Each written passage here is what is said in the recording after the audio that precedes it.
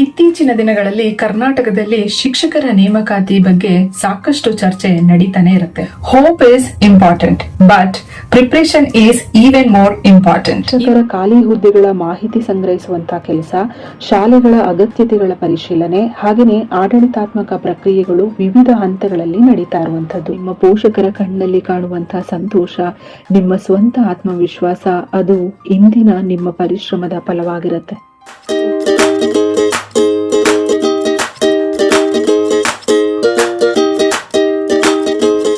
Hello, ನಮಸ್ಕಾರ, ಶುಭೋದಯ ಎಲ್ಲರಿಗೂ.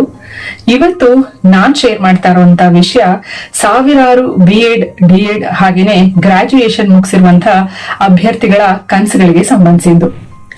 ಇತ್ತೀಚಿನ ದಿನಗಳಲ್ಲಿ ಕರ್ನಾಟಕದಲ್ಲಿ ಶಿಕ್ಷಕರ ನೇಮಕಾತಿ ಬಗ್ಗೆ ಸಾಕಷ್ಟು ಚರ್ಚೆ ನಡೀತಾನೆ ಇರುತ್ತೆ. ಕರ್ನಾಟಕದಲ್ಲಿ ಶಿಕ್ಷಕರ ನೇಮಕಾತಿ ಯಾವಾಗ, GPSTR ನೋಟಿಫಿಕೇಶನ್ ಯಾವಾಗ ಬರುತ್ತೆ, TET ಕಡ್ಡಾಯವೇ, ಎಷ್ಟು ಹುದ್ದೆಗಳು ಬರಬಹುದು, ಇಂಥ ಪ್ರಶ್ನೆಗಳು ಪ್ರತಿದಿನ ಸೋಷಿಯಲ್ ಮೀಡಿಯಾಗಳಲ್ಲಿ, ಟೆಲಿಗ್ರಾಮ್ ಗ್ರೂಪ್ಸ್ ಗಳಲ್ಲಿ ಹಾಗೆಯೇ ವಾಟ್ಸ್ಆಪ್ ಗಳಲ್ಲಿ ಹರಿದಾಡ್ತಾನೆ ಇರುತ್ತೆ. ಆದ್ರೆ ಒಂದು ವಿಷಯ ನೆನಪಿರ್ಲಿ, hope is important but preparation is even more important. ಇವತ್ತಿನ ಈ ವಿಡಿಯೋ ಯಾವುದೇ ವದಂತಿಗಳ ಬಗ್ಗೆ ಅಲ್ಲ, ಬದಲಾಗಿ ಶಿಕ್ಷಕರ ನೇಮಕಾತಿಯ ಪ್ರಕ್ರಿಯೆ ಹೇಗೆ ನಡೆಯುತ್ತೆ, ಹಾಗೆ ವಿದ್ಯಾರ್ಥಿಗಳು ಈಗ ಏನ್ ಮಾಡ್ಬೇಕು, ಯಾವ ರೀತಿ ಪ್ರಿಪೇರ್ ಆಗ್ಬೇಕು ಅನ್ನೋದ್ರ ಬಗ್ಗೆ ಡೀಟೇಲ್ ಆಗಿ ಕೆಲವೊಂದು ಇನ್ಫಾರ್ಮೇಶನ್ಸ್ ಅನ್ನ ಶೇರ್ ಮಾಡ್ಕೊಂಡಿದ್ದೀನಿ.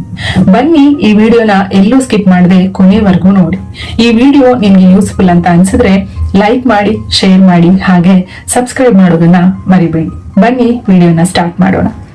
ಮೊದಲನೇದಾಗಿ ಒಬ್ಬ ಶಿಕ್ಷಕರ ಮಹತ್ವ ಏನು ಅನ್ನೋದಾದ್ರೆ, ಒಬ್ಬ ಡಾಕ್ಟರ್ ಒಬ್ಬ ರೋಗಿ ಜೀವವನ್ನು ಉಳಿಸಬಹುದು, ಒಬ್ಬ ಇಂಜಿನಿಯರ್ ಒಂದು ಕಟ್ಟಡ ನಿರ್ಮಾಣ ಮಾಡಬಹುದು, ಆದರೆ ಒಬ್ಬ ಟೀಚರ್ ಇಡೀ ಸಮಾಜದ ಭವಿಷ್ಯವನ್ನ ನಿರ್ಮಿಸ್ತಾರೆ.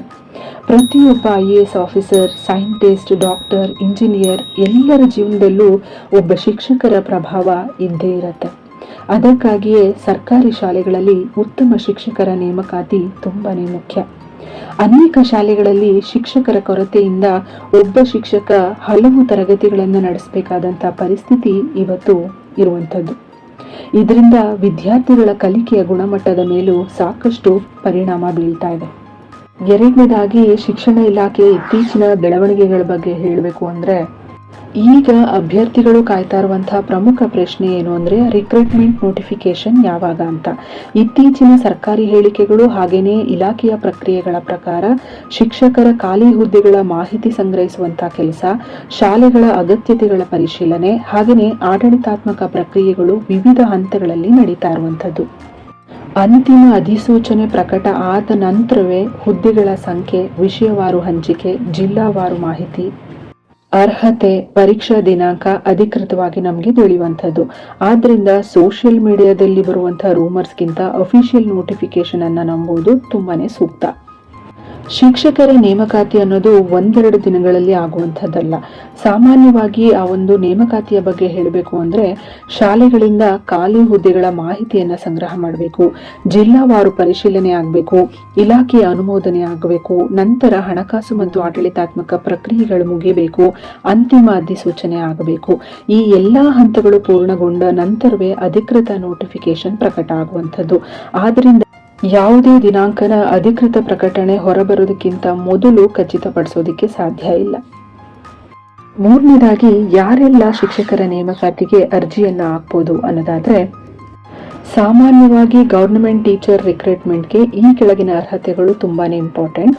ಗ್ರಾಜುಯೇಷನ್, BEd ಅಥವಾ D.Ed, ಹಾಗೇನೆ TET ಅಂದ್ರೆ ಟೀಚರ್ ಎಲಿಜಿಬಿಲಿಟಿ ಟೆಸ್ಟ್. ಈ ಎಲ್ಲ ಅರ್ಹತೆಗಳು ಅನ್ವಯ ಆಗಬಹುದು. ಆದ್ರೆ ಫೈನಲ್ ಎಲಿಜಿಬಿಲಿಟಿ ನೋಟಿಫಿಕೇಶನ್ ಬಂದ ಮೇಲೇನೆ ಇದೆಲ್ಲವೂ ಕೂಡ ಕನ್ಫರ್ಮ್ ಆಗೋದು. ಹಾಗಾದ್ರೆ ಸ್ಟೂಡೆಂಟ್ಸ್ಗಳು ಇವಾಗಿಂದನೇ ಮಾಡಬೇಕಾಗಿರುವಂತಹ ಪ್ರಿಪ್ರೇಷನ್ ಹಾಗೇನೆ ಆ ಪ್ರಿಪ್ರೇಷನ್ ಪ್ಲಾನಿಂಗ್ ಬಗ್ಗೆ ಹೇಳಬೇಕು ಅಂದ್ರೆ, ಡಿಯರ್ ಫ್ರೆಂಡ್ಸ್, ನೋಟಿಫಿಕೇಶನ್ ಯಾವಾಗ ಬರುತ್ತೆ ಅನ್ನೋದು ನಮ್ಮ ಕೈಯಲ್ಲಿಲ್ಲ, ಆದ್ರೆ ಪ್ರಿಪ್ರೇಷನ್ ಮಾತ್ರ ನಮ್ಮ ಕೈಯಲ್ಲಿದೆ.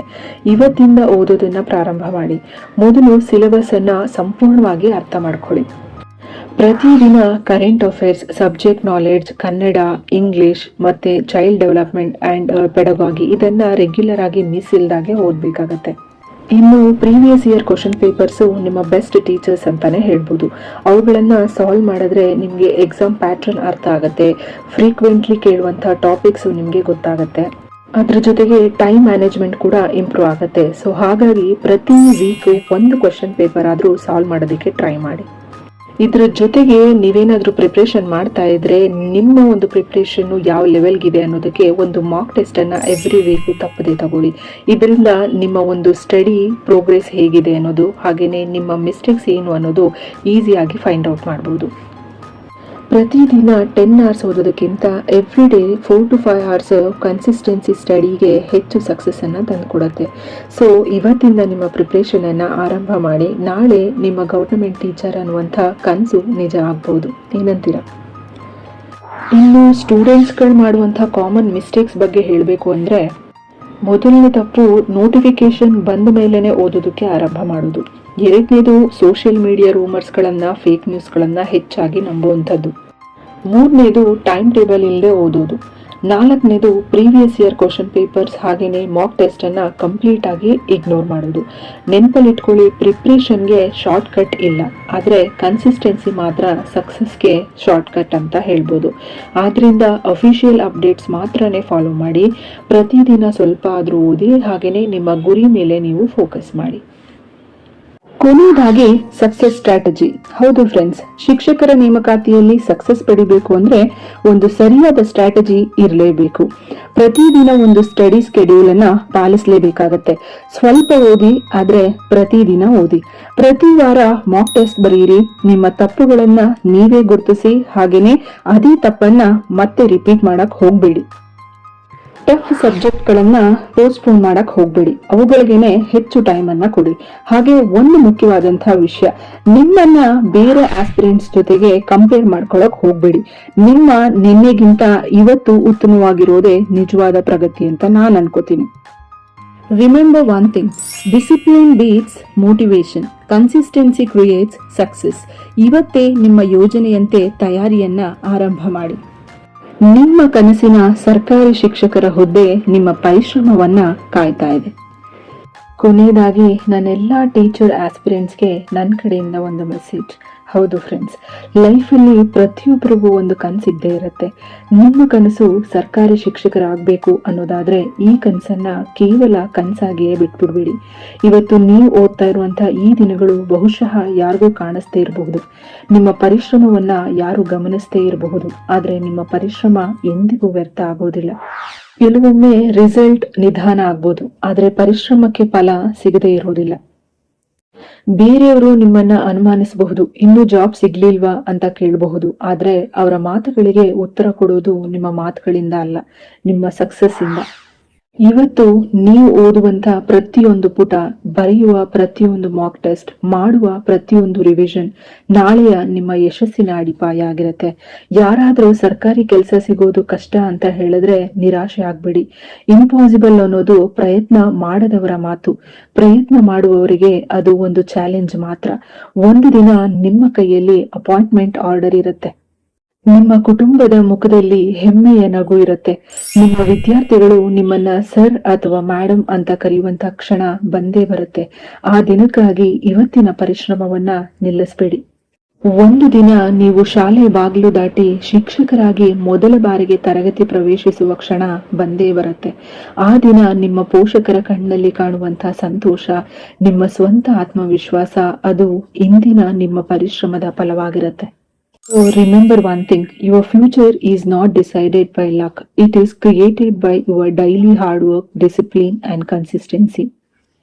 ಆದ್ರಿಂದ ಇವತ್ತೇ ಒಂದು ನಿರ್ಧಾರ ಮಾಡಿ, ನಾನು ನಿಲ್ಲುವುದಿಲ್ಲ, ನಾನು ಸೋಲುವುದಿಲ್ಲ, ನನ್ನ ಗುರಿ ಸಾಧಿಸುವವರೆಗೂ ಪ್ರಯತ್ನ ಮಾಡ್ತೀನಿ ಅಂತ. ನೋಡಿದ್ರಲ್ಲ ಇವತ್ತಿನ ವಿಡಿಯೋ. ಈ ವಿಡಿಯೋ ನಿಮ್ಗೆ ಇಷ್ಟ ಆದ್ರೆ ಲೈಕ್ ಮಾಡಿ, ಶೇರ್ ಮಾಡಿ, ಹಾಗೆ ನನ್ನ ಚಾನೆಲ್ ಅನ್ನ ಸಬ್ಸ್ಕ್ರೈಬ್ ಮಾಡಿ. ನಿಮ್ಮ ಯಶಸ್ಸಿನ ಪಯಣದಲ್ಲಿ ಮತ್ತೆ ಭೇಟಿಯಾಗೋಣ. Until then, stay focused, stay positive and all the best for your teacher recruitment journey. See you. Take care. Bye bye.